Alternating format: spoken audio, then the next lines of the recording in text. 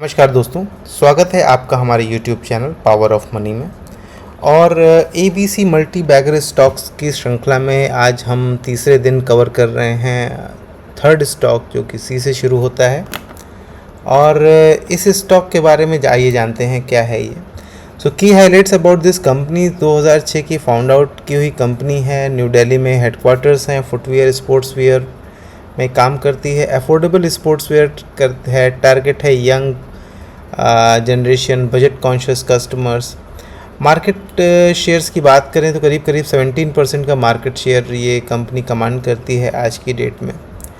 Pan India में 4000 plus से इसके रिटेल टच पॉइंट हैं अक्रॉस 650 प्लस सिटीज़, 28 स्पोर्ट्स में, supported by 300 plus distributors.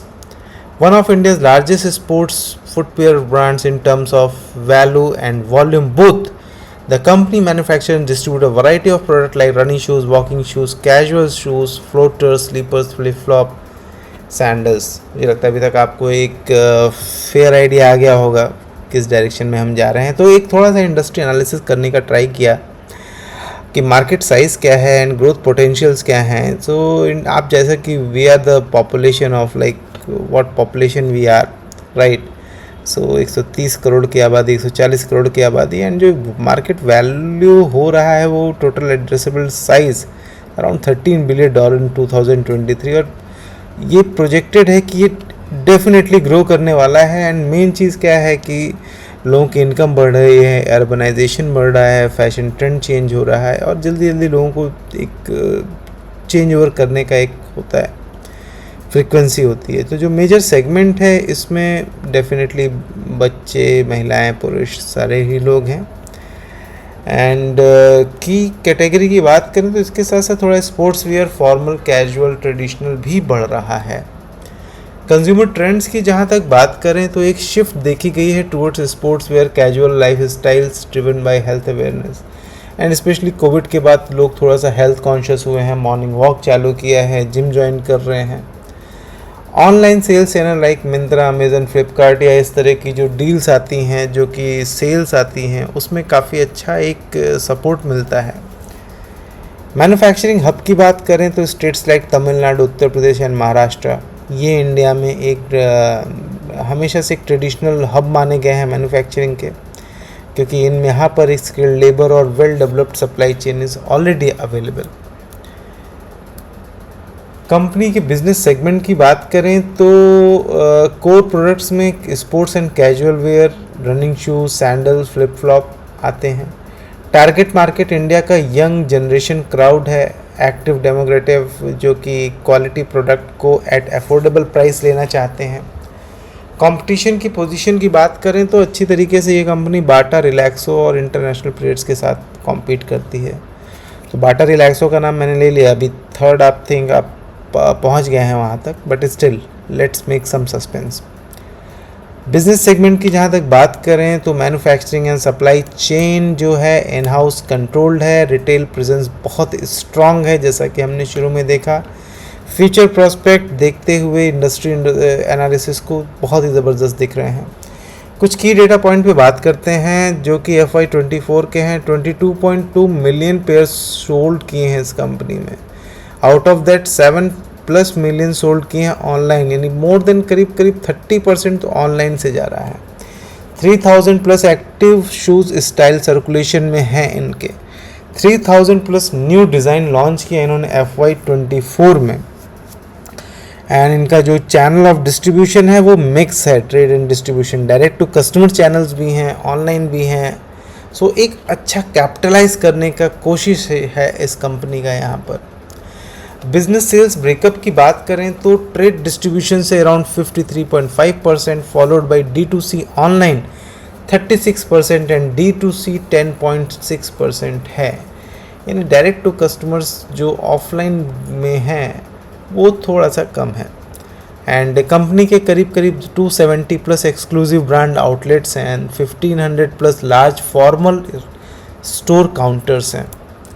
Infrastructure की बात करें तो डिज़ाइन टीम ज़बरदस्त है। 40 मेंबर्स की डिज़ाइन टीम है जो ग्लोबल डिज़ाइन कंसल्टेंट के साथ टच में रहते हैं और अलाउ करते हैं कि भाई 180 से 120 से 180 यानी ऑलमोस्ट 4 to 6 मंथ्स में नया कॉन्सेप्ट से लेके मार्केट में लॉन्च कर देंगे।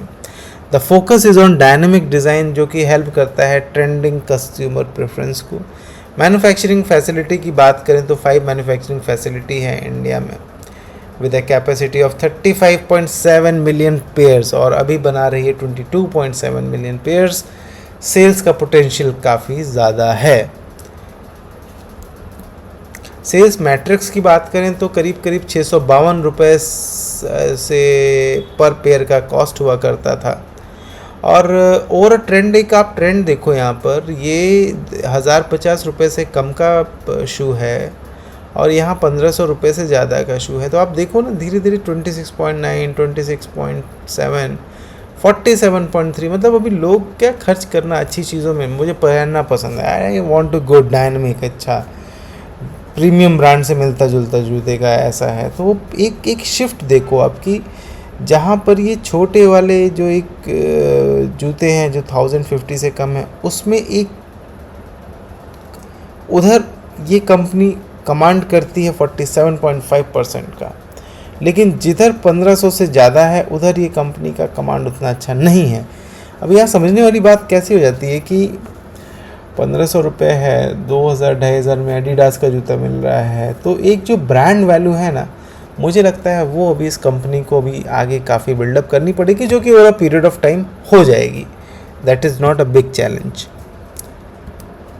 नाउ फंडामेंटल्स की बात करते हैं। करीब करीब 9,281 करोड़ की कंपनी, 304 रुपये का करंट मार्केट प्राइस, ऑलमोस्ट अपने 52 वीक्स के हाइस के से थोड़ा ही नीचे है। स्टॉक का प्राइस टू अर्निंग रेशियो थोड़ा ज़्यादा है यहाँ पर, बुक वैल्यू भी कम है, return to capital employed 16.7%, but almost a debt free company है। शेयर होल्डिंग पैटर्न की बात करें तो प्रमोटर्स के पास करीब करीब 73.74% का है पैसा। DIIs का खासा इंटरेस्ट बढ़ा है पिछले कुछ क्वार्टर्स में, इस कंपनी में अराउंड 12% के आसपास DIIs बने हुए हैं। पब्लिक में पैसा कम हो रहा है एंड सिमिलरली FIIs का भी इंटरेस्ट ऑलमोस्ट एक लेवल पे पिछले 4-5 क्वार्टर में बना हुआ है। तो क्या कहता है ये चार्ट में मुझे वीकली चार्ट पे एक लंबा राउंडिंग बॉटम पैटर्न बनता हुआ दिख रहा है। It is still in the process. आने वाले टाइम में ये देखना बहुत इम्पॉर्टेंट होगा कि जैसे जैसे यहाँ से ऊपर जाता है, अगर ये कंपनी अपने प्रीवियस हाई को भी टच करती है जो कि करीब करीब 600 रुपये के आसपास का था, सो डेफिनेटली एक 2x रिटर्न आता है। बट अगर एक कंपनी वहाँ तक पहुँचती है तो उसके ऊपर डेफिनेटली ये ऊपर जाएगी।